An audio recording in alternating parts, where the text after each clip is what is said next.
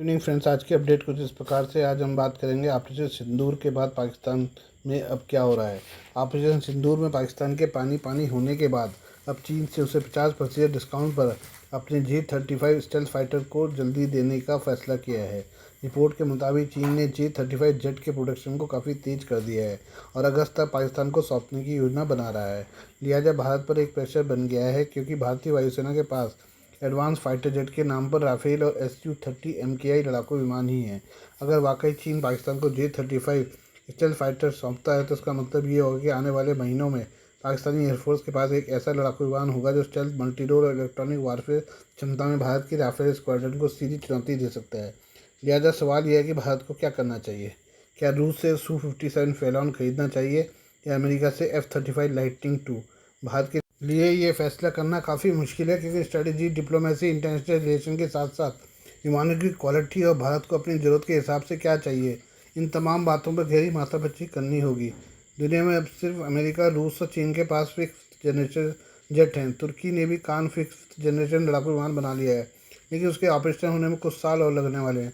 लिहाजा 5वीं पीढ़ी के 2 लड़ाकू विमानों में लॉकहीड मार्टिन F-35 या सुखोई Su-57 तकनीकी रूप से भारतीय वायुसेना के लिए कौन सा बेहतर है, इसे हम जानने की कोशिश करते हैं।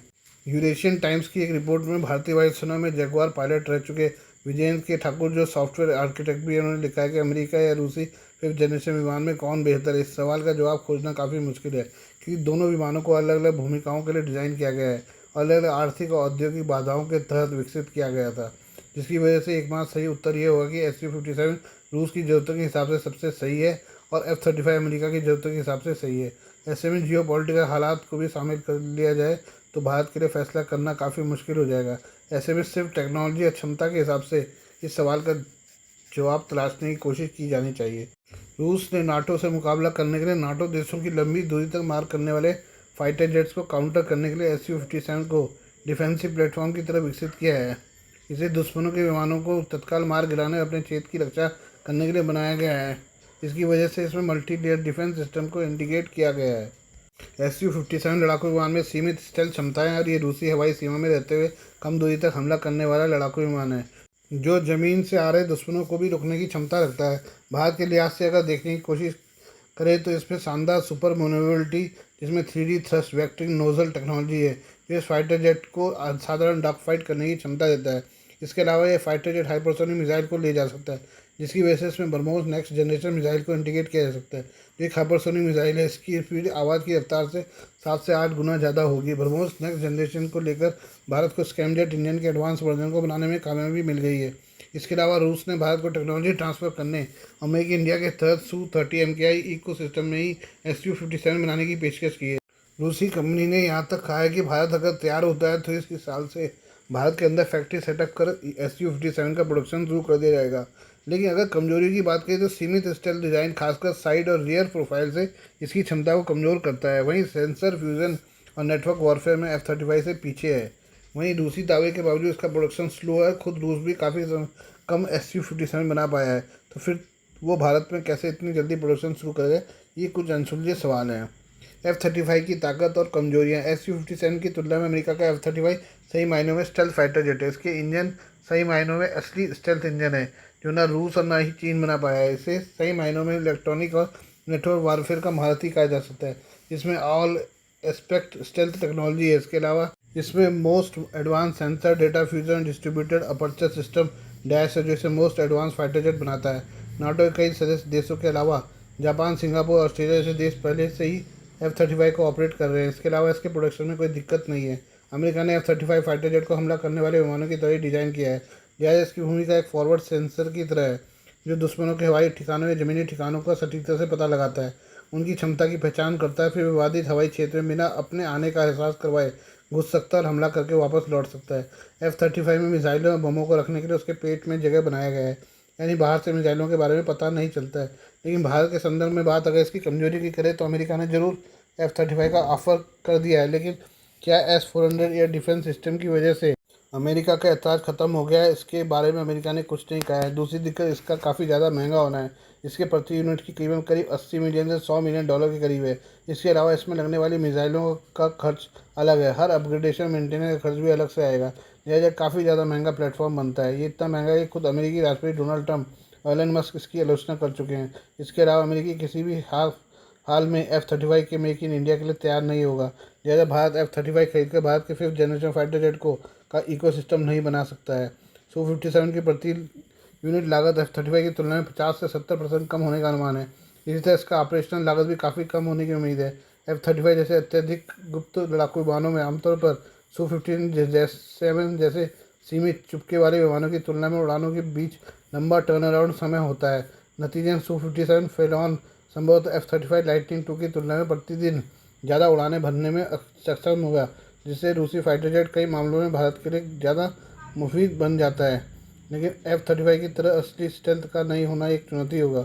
अगर पाकिस्तान को चीन J-35 जैसे स्टेल्थ लड़ाकू विमान मिलते हैं तो भारत को सिर्फ संख्या नहीं बल्कि टेक्नोलॉजी और रणनीति दोनों में बढ़त बनानी होगी। F-35 का कोई मुकाबला नहीं है, वैसे भविष्य का विमान कह सकते हैं, लेकिन Su-57 भारत की वर्तमान की जरूरत पूरा कर सकता है। ऐसे में दोनों में से कौन सा बेहतर है, इसका जवाब सिर्फ टेक्नोलॉजी नहीं बल्कि रणनीतिक, आर्थिक स्थिति और डिप्लोमेटिक संतुलन बनाने में छिपा है। ये बात करें चीन की। चीन ने 20 मई को नया advance multi radar system JY-27V को बनाने में कामयाबी हासिल करने का खुलासा किया है। चीन के पास अभी तक मोस्ट एडवांस रडार सिस्टम नहीं थे, जिसकी वजह से उसका एयर डिफेंस कमज़ोर था। लेकिन अब चीन ने अनहुई प्रांत के हेफेई में एक रडार प्रदर्शनी के दौरान अपने नए रडार सिस्टम का पहली बार खुलासा किया है। चीन की सरकारी स्वामित्व वाली company China electronics technology group corporation CETC ने इसे बनाया है और ये एक ट्रक माउंटेड सिस्टम है, यानी इसे आसानी से एक जगह से दूसरी जगह ट्रक जरिए ले जाया जा सकता है। चीन ने दावा किया कि JY-27V रडार में स्टेल्थ फाइटर जेट्स को ट्रैक करने की क्षमता है। स्टेल्थ फाइटर जेट्स को ट्रैक करने के लिए हाई फ्रिक्वेंसी रेडियो तरंगों का फ़ायदा उठाता है, जिससे सटीक हमलों के लिए एयर डिफेंस सिस्टम की क्षमता और बढ़ जाती है। साउथ चाइना मॉर्निंग पोस्ट की तरफ से जारी रिपोर्ट में कहा गया कि चीन अपने इस रडार सिस्टम को दक्षिणी चीन सागर और ताइवान स्ट्रेट जैसे विवादित क्षेत्रों में अमेरिकी फाइटर जेट्स को ट्रैक करने के लिए तैनात करने की योजना बना रहा है। इसके अलावा रिपोर्ट में यह भी कहा गया कि स्टेल्थ टेक्नोलॉजी का पता लगाने वाले रडार सिस्टम भी अगर बन गए तो फिर आधुनिक युद्ध में स्टेल्थ फाइटर जेट्स के भविष्य के बारे में सवाल उठते हैं। JY-27V रडार चीन के पुराने JY-27A का एडवांस वेरिएंट है, जिसे बनाने का मकसद अमेरिका के स्टेल्थ फाइटर जेट के मुकाबला करना है। शनिवार से सोमवार तक हेफेई में आयोजित world radio detection and raising expo में इसे पहली बार दुनिया के सामने लाया गया है और चीन ने बताने की कोशिश की है कि उसके पास अब एक ऐसा रडार है जो स्टेल्थ फाइटर जेट्स का पता लगा लेगा। चीन की सरकारी समाचार एजेंसी सिन्हुआ ने दावा किया कि रडार का सक्रिय इलेक्ट्रॉनिक रूप से स्कैन किया गया एरे ऐसा एंटीना मिनटों में खुल सकता है और काम करना शुरू कर सकता है, जिससे युद्ध के मैदान में इसकी तत्काल तैनाती और एक्टिवेशन में मदद मिलती है।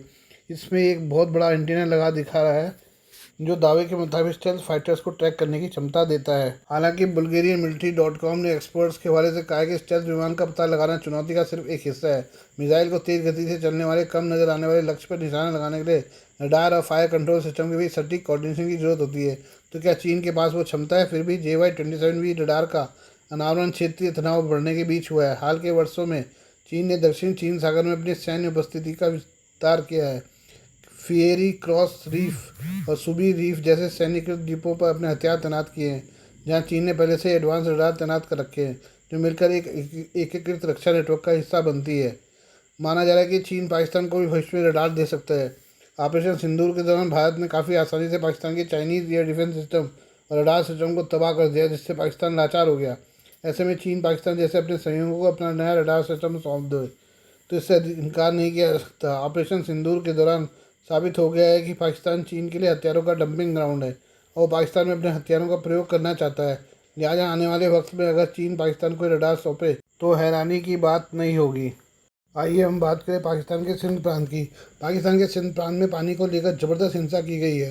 पानी को लेकर कई हफ्तों से चल रही बवाल अब हिंसक हो चुका है।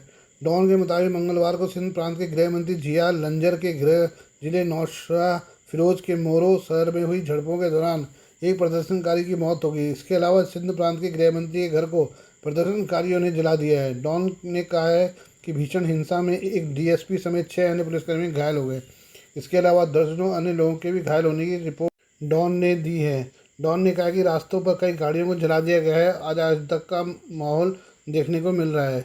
रिपोर्ट के मुताबिक मंगलवार को हिंसा तब भड़की जब पुलिस ने सिंधु नदी पर नई नहरों के प्रस्तावित निर्माण के खिलाफ सिंध सभा द्वारा आयोजित विरोध प्रदर्शन को तितर बितर करने के लिए लाठीबाजी शुरू कर दी, जिसके बाद प्रदर्शनकारियों ने अपना विरोध दर्ज कराने के लिए मोरो बाईपास रोड को जाम कर दिया। सिंध प्रांत में लंबे वक्त से पानी को लेकर संघर्ष चल रहा है।